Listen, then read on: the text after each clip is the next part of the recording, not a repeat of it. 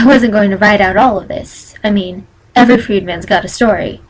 Who was I to take the limelight? But somebody's got to know my story. Somewhere, somebody out there is going to need to know that there is hope. Richmond, Virginia, 1865. You be sure to put that plow back, Eli. I'll be watching ya. I nodded to him to show I understood, anger blazing in me as he smirked, satisfied. Raymond Hosford, my old overseer. He was sure getting some joy out of this. I wasn't supposed to be here. I was free.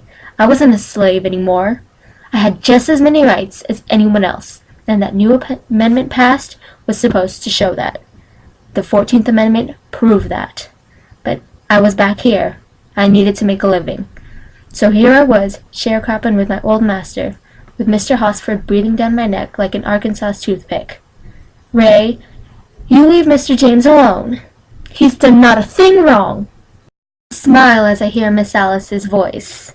Alice Watterson was a kind soul with a fierce passion for writing like no other.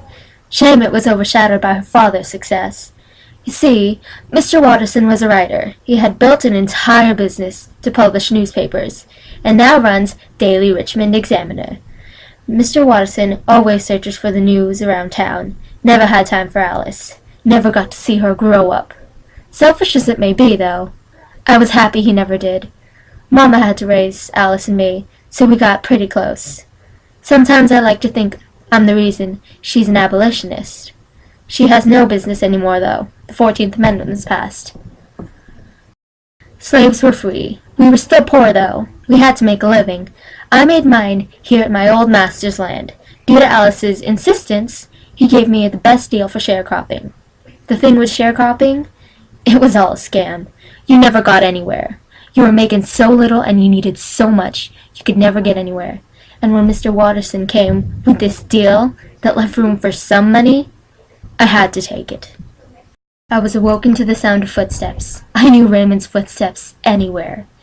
I had spent my entire life wondering when he would crush me under them like he did everyone else. I leaned over him, but he was stronger. I didn't have much to eat, so I was a toothpick compared to him, but I held my ground better. What are you doing here, Ray? I wasn't going to let him ruin my day. This was the first time I was allowed to vote. Excited about voting, huh? Raymond asked. I narrowed my eyes. What is he going on about? Well, I wouldn't get my hopes up too high if I were you. You won't be able to anyway. It'll be a waste of time. Now what are you going on about, Ray? We were free. The 14th Amendment said so. I have just as many rights as you do. He grins. Think again. I hear some of the good folks found a way around your little amendment to stop the scum from voting.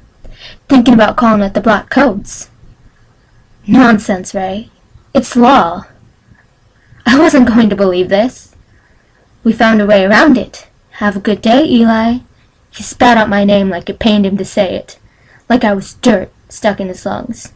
He walked away, and I had half a mind to give him a piece of my mind. But I refrained. I wasn't going to vote. Might as well get some work done. I was off to the tool shed when Alice got up. Eli, would you like to come in for a few minutes? My father wishes to have a few words with you. I ground my teeth. There were a few people I hated more than Raymond.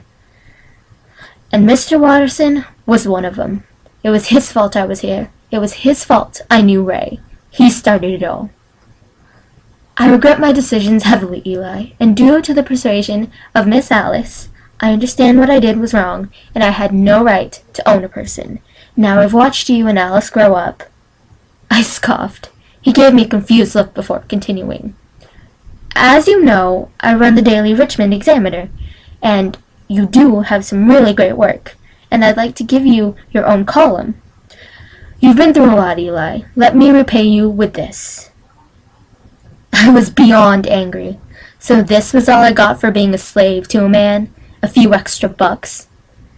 He thinks that this one job can make out for the whips and the beatings. I walked out, leaving behind a shocked Alice and her father. Dusk was setting, and I was sitting in the shed as I put away the tools I used for the day. I groaned as I saw Raymond, hoping he would leave me alone. Voting sure was a hassle today. Your kind were sure disappointed when they found out they had no right being there. They had every right to be there, and you make it sound like we ain't one of you. We are. Believe it or not, we're closer than you think, Raymond. I groaned as I was pushed back into the wall. You and I are nothing alike. Just because your little amendment says it, doesn't mean it's true. We pull apart as we hear Alice scream. Forgetting Ray, I rushed toward her. It's nothing serious, Alice. I'm fine. She nodded, eyes still wide as I take her back to her house. Eli, you can't expect everything to be fair. I look at Alice disbelievingly. I don't. I just want what my rights entitle me. And you'll get that. You just can't let that hatred hold you back. You gotta find what you want in a smart way. I smiled. Alice was always smart like that. She had a way of putting things together. I learned everything I knew from her, including writing. And what way would be smart? She grinned that all-knowing smile. By making yourself heard. Where my story starts. It was just one event that led me to accepting this offer and making my story heard. This isn't all of it, but it's what mattered to me. It was a moment in time when things started to look up, and I think that that is a beautiful thing. And I hope that in this time of chaos, as we rebuild this nation, I could give someone some insight.